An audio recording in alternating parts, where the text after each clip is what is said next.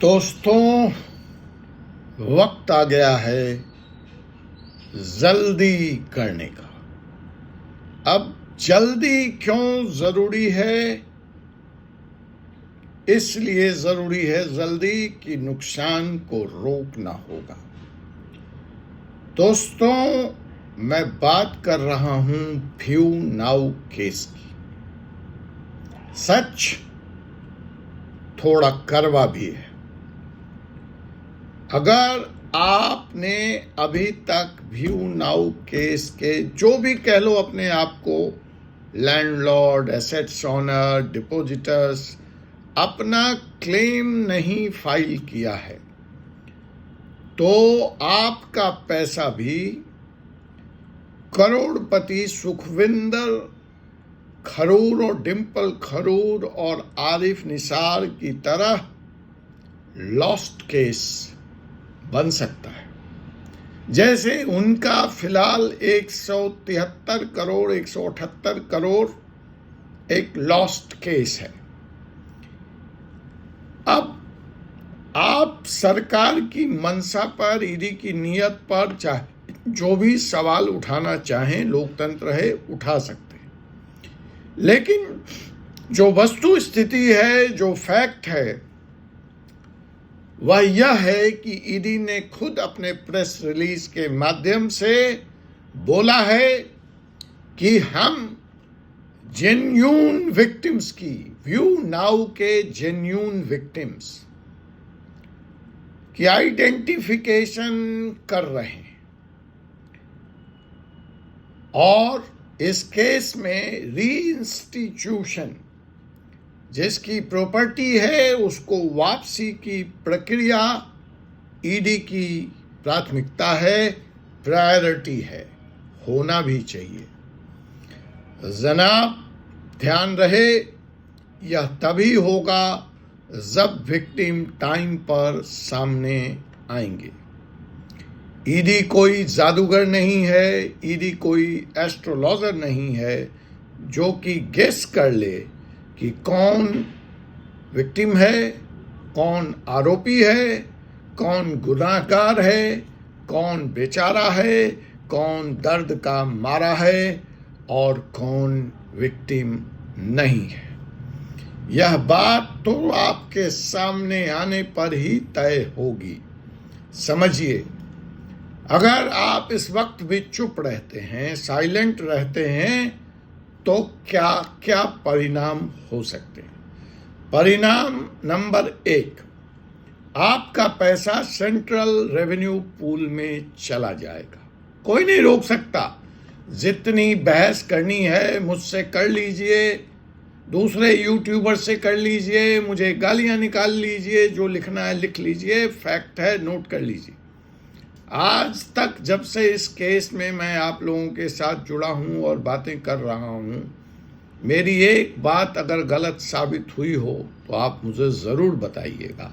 उसी तरह से मैं कह रहा हूं कि वक्त है, अगर विक्टिम्स व्यू नाउ के सामने नहीं आए तो इस पैसे को, 178 करोड़ को, सेंट्रल पोल रेवेन्यू में जाने से कोई नहीं रोक पाएगा।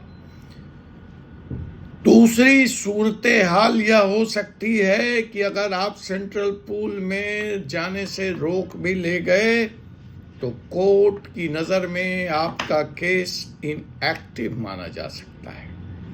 जी हाँ, कोर्ट की नज़र में आपका केस इनएक्टिव माना जा सकता है और फिर न होगी कोई हियरिंग और न मिलेगा आपको कोई मुआवजा, कोई कंपनसेशन।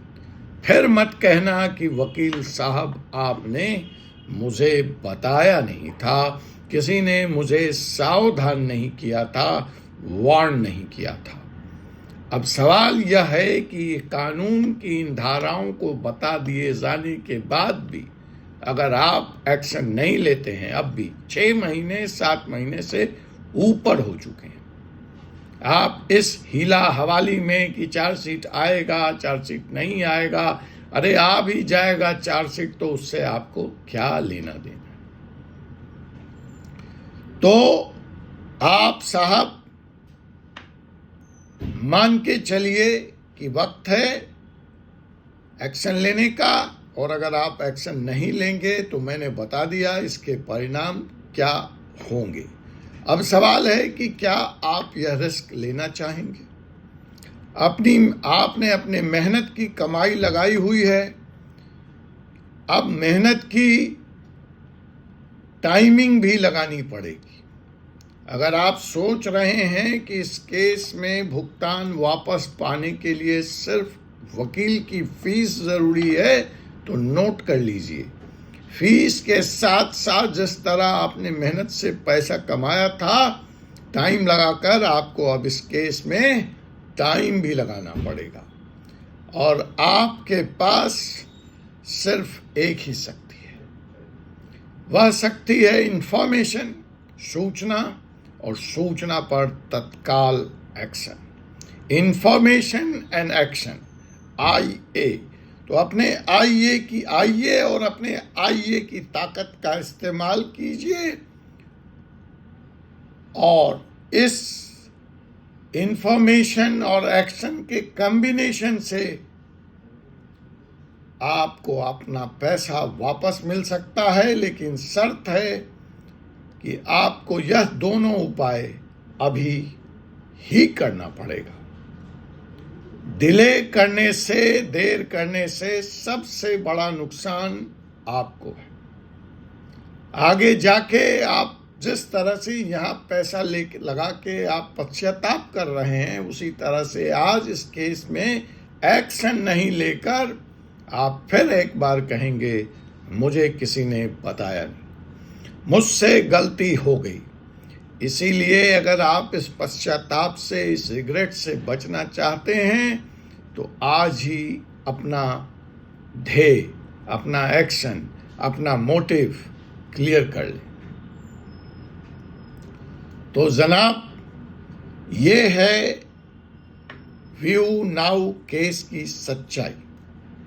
मैं पुनः पूछ रहा हूं कि ईडी ने इस केस में जो बड़ी जब्ती की है, क्या आपको आपके पैसे मिलने जा रहे हैं या यह भी डूबने जा रहा है? यह वक्त है जागने का, और अगर आप अब भी नहीं जागे तो हो सकता है आपका भी पैसा सुखविंदर के पैसे के साथ गॉन फॉर एवर हो जाए।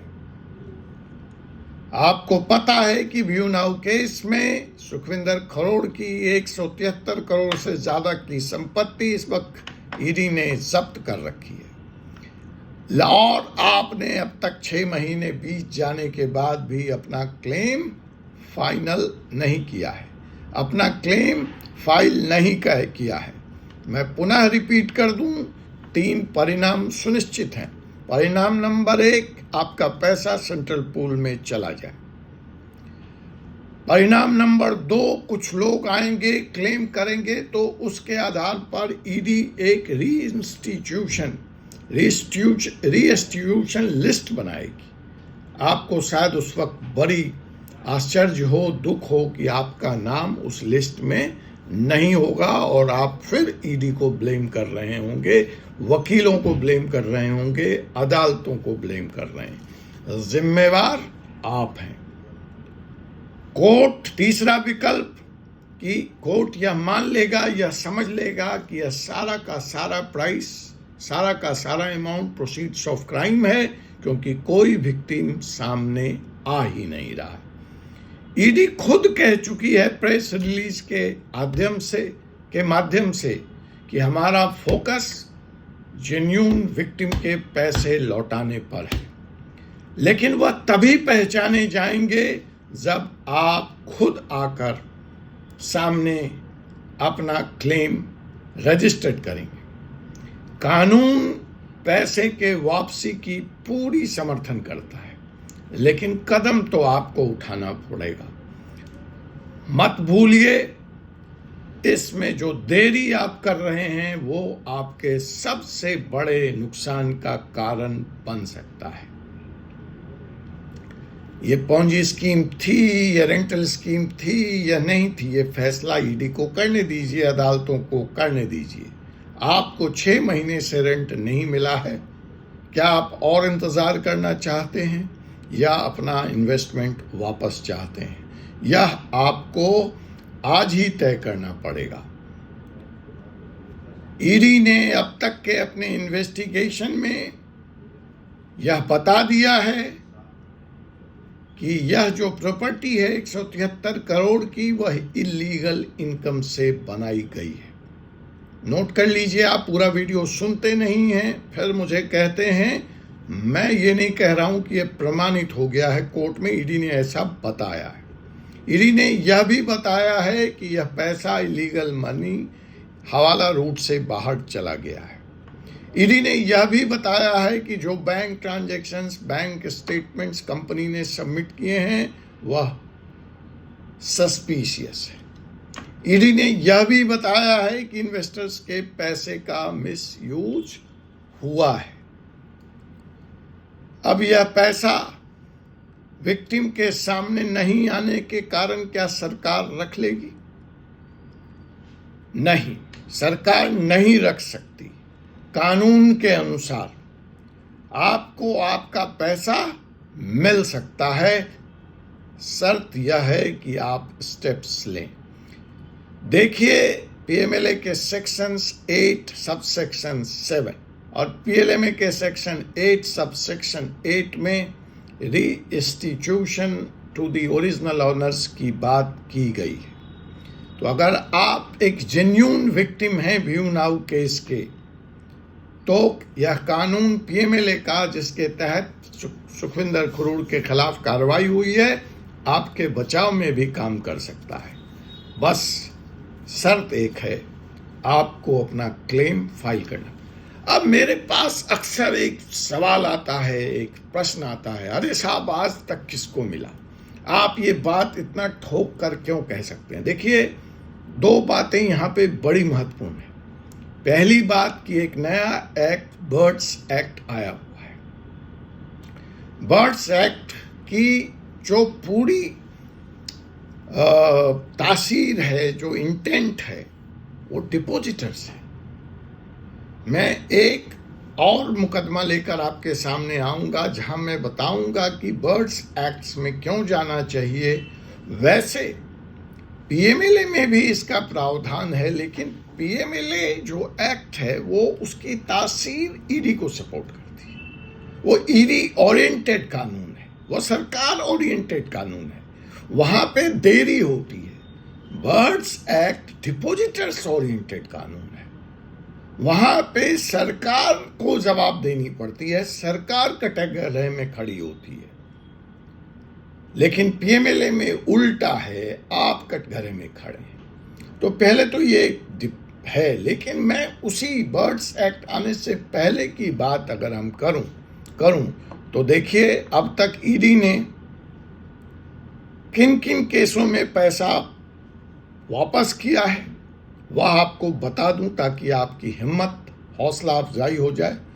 विजय माल्या केस 14,133 करोड़ रुपए वापस हुए, कम होते हैं क्या? नीरव मोदी केस 1,500 करोड़ रुपए वापस किए ईडी ने। हीरा ग्रुप, इस पर एक वीडियो लेकर आया, मेरे चैनल पे मौजूद है। वहां भी सुप्रीम कोर्ट के निर्देश पे 226 करोड़ रुपए ईडी ने इन्वेस्टर्स को वापस किए। रोज वैली, ये भी केस लेके आया, इसी चैनल पे मौजूद है। मेहुल चौकसी, BPSL 22,000 करोड़ रुपए कैसेट्स वापस हुए। सो हर केस में एक ही फॉर्मूला काम आया। क्लेम कॉमन क्या है? क्लेम फाइल हुआ, कोर्ट ने रिस्टिट्यूशन ऑर्डर किया और ईडी ने रिटर्न की शुरुआत की। अब आपका भी वक्त है कि आप यह प्रोसेस फॉलो करें, तभी आपको न्याय मिल सकता है। अगली वीडियो में बात करेंगे कि इसके लिए क्या प्रोसेस है, किस तरह के दस्तावेजों की ज़रूरत है, क्या स्टेप्स होगा। लेकिन उसके पहले जाते जाते एक फाइनल वार्निंग, अगर आप यह सोच के बैठे हो कि सब कुछ ऑटोमेटिक होगा ईडी कोई जादूगर है, कोई एस्ट्रोलॉजर है तो भूल जाइए।